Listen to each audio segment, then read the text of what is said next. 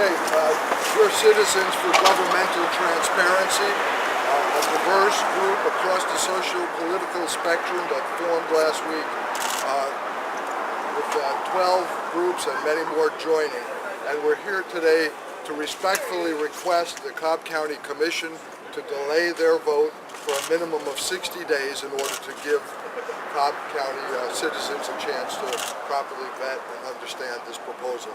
Today, we're just going to read our letter, public reading of our letter to the commissioners, and we're going to formally deliver it to the commissioners.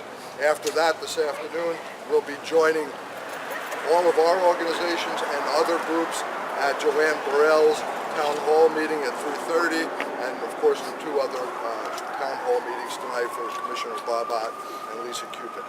So without further ado, we'll begin the reading of the letter. Can you say and spell all y'all's names, please? Sure. My name is Coakley Pendergrass, Reverend Coakley Pendergrass. That's C-O-A-K-L-E-Y. Last name P-E-N-D-E-R-G-R-A-S-S. I'm with the Georgia Community Coalition. Rich, can you just tell who all's here? Rich Pellegrino with the Cobb United for Change Coalition, Cobb Immigrant Alliance. Michael Owens, the Madison Forum.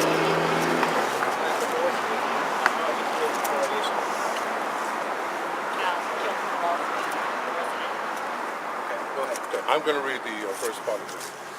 A request for a 60-day delay of Brave Stadium vote. Dear Board of Commissioners, Citizens of Community Transparency is an ad hoc committee comprised of individuals and organizations representing various interests in Cobb County.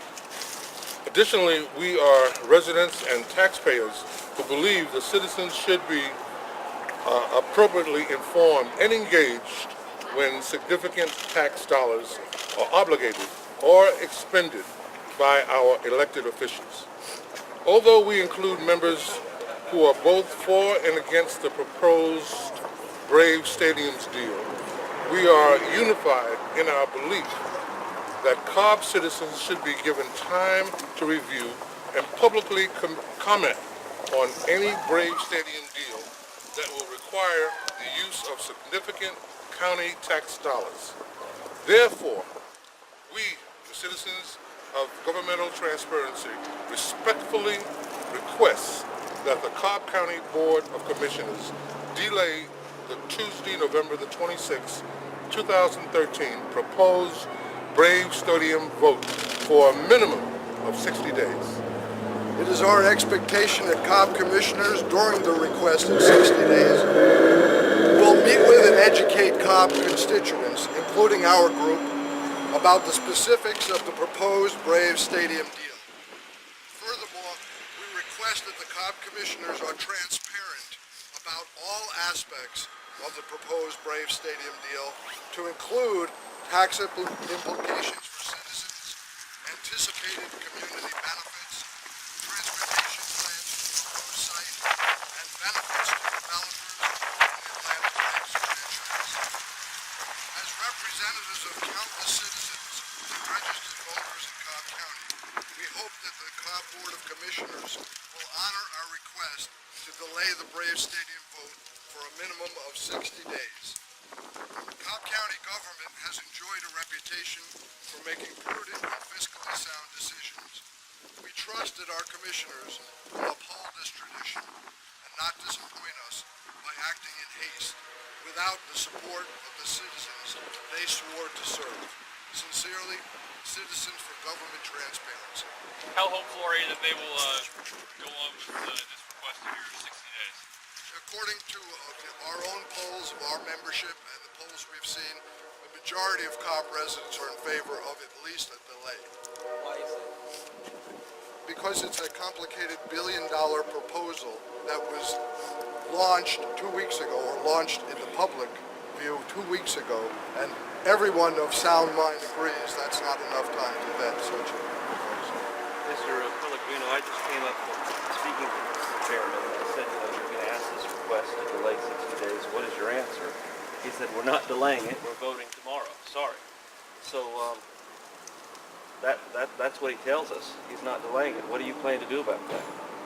Like I said, we will be in force at the commissioners' town hall meetings, and if there is a vote, of course, we're hopeful that the majority will vote to delay or turn it down.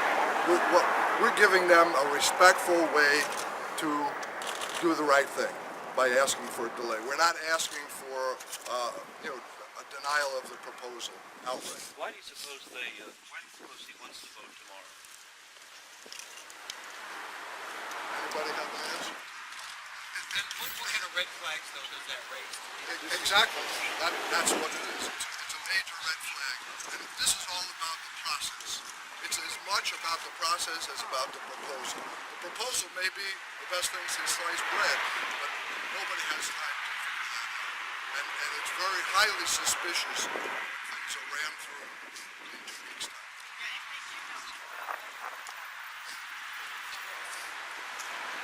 Number one, it was signal not respecting the residents' wishes, as have been clearly explained in this letter and many other. There's many other organizations. We have 12 that signed on in 1 week, and we have other organizations that said they voted internally to ask for a delay, and they've asked for a delay as well.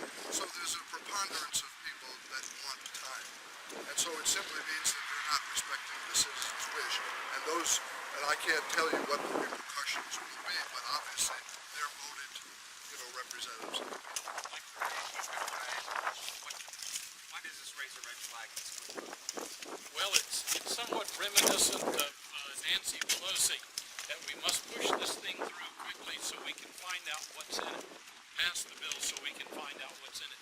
Anytime a government agency pushes something through so quickly, when it was announced November the 11th, and not wish citizen input, then that raises questions from everybody. And if we weren't out here doing this, then people would say the citizens do not care. Well, we do care. There are more of us than just this. We're not on anybody's payroll, so we can't turn out people in force. People are taking time off from their jobs because they're concerned about good government. That's what that is. Good government and helping educate us. You're not necessarily saying this. No, we're just saying that there's a business axiom that you never have enough time or information to make the optimum business decision. But for a deal this big to be announced on November the 11th and them wanting to vote tomorrow is just it flies in the face of all business negotiations and contracts. I don't know a business that would do this. And I'm formerly retired from Lucent Technologies and AT&T, and I've been involved in high-level negotiations and contracts. And this kind of thing just is an anomaly. What would the extra 60 days do? It would give a chance for all of us to be informed, for the press to be more informed, for citizens to be more informed, and ask those questions that responsible citizens and businessmen ask on the long-term, short-term ramifications. Now, we've known for years that Cobb has had a traffic problem. And the question is, what are we going to do about it? So then we find out that we're building the stadium, and that's going to add to the traffic by a large multifold of unanticipated consequences. And the county has not had time to do it. They have not had time to put in a transportation study with all of those factors. They've not had time to do an EPA. Where's the EPA study? Where's the financial impact study? So these are things that groups are talking about that are being glossed over. And we know at some point they're going to have to be addressed. So why not address it up front and have a full discussion, full disclosure, transparency? That's what we're asking for. And that is the basis of good government for all of us. That's a good question. That's a good question. What kind of effect do you think it might have upon us?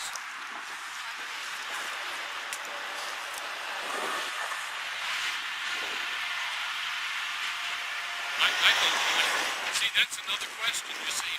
I don't know that any of us have considered the impact on Dobbins, but you raise a great point. So we have to slow this thing down so we can take a look at all the ramifications. What if it has a negative impact on Dobbins, a negative impact on Lockheed? How is that going to affect us? And how is it going to affect jobs in Cobb County? And then we're not just doing this from one perspective. We, as Rich said and Coakley stated earlier, that there are a lot of people in our group who are for this. There are a lot of folks who are against it. But none of us have enough information to sit down and discuss it intelligently across the table so we can see if there is a common understanding. You have to understand the advantages, benefits, and the disadvantages. And we just can't do it. And making an uninformed vote is not beneficial to good government, and it's not beneficial to Cobb County. It's OPITZ, and I'm president of the Madison Forum. Michael. That's correct. And then can I get this? Sure, Rich Pellegrino, Cobb United for Change Coalition. Pellegrino. This is Pellegrino. And can I get your name? Certainly, Pendergrass, Coakley Pendergrass. That's COAKLEYPENDERGRASS. We're here for the people. And this is, Excuse me, my name is Gary Belfry, and I just had some news for the press. Can you spell your last name, sir? Pelphrey. And who are you with? I'm with nobody. He's My name with the- really is Bats. he's with the I'm Citizens Rich. for Government Transparency. He's an attorney who has examined the MOU in detail. The concern, I think, which has been expressed here is the notion that a 20-page memorandum of understanding appears just 7 days before they're going to vote on it. So that raises lots of questions, I think.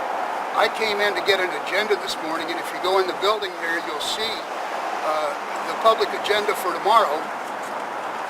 As it happens, this is not listed, so I went up to the clerk's office and said, when is this going to happen? And it's at the end of the agenda.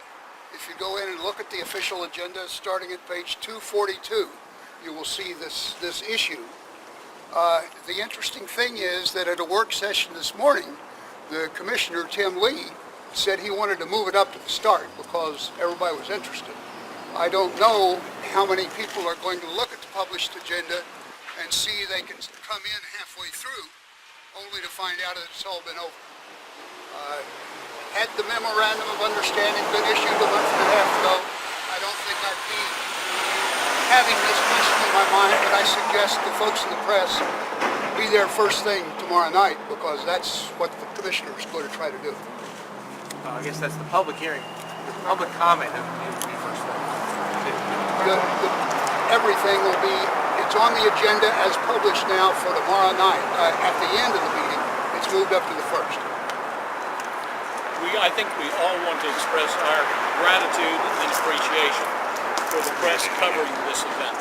We see so many times where the press doesn't get out there and present the average citizen's point of view. And again, I can't tell you how much we appreciate you being here, especially like your question.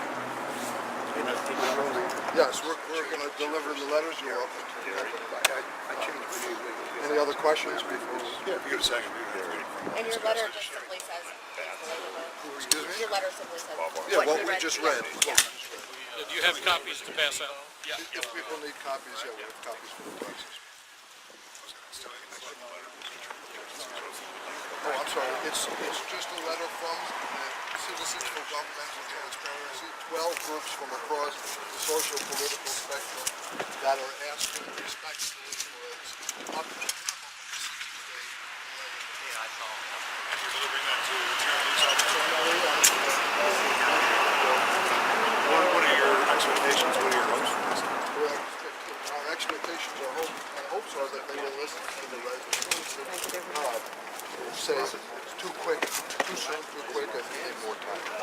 The coalition, if you will, of those opposed, could you describe it? It's growing. It's growing daily. We have 12 organizations that are signed on, and I just want to correct one thing. We're not saying we're opposed. All we're asking for is the delay. Some members of our coalition are opposed, some are not. Okay? And it's Mike Pellegrino? Rich. Rich.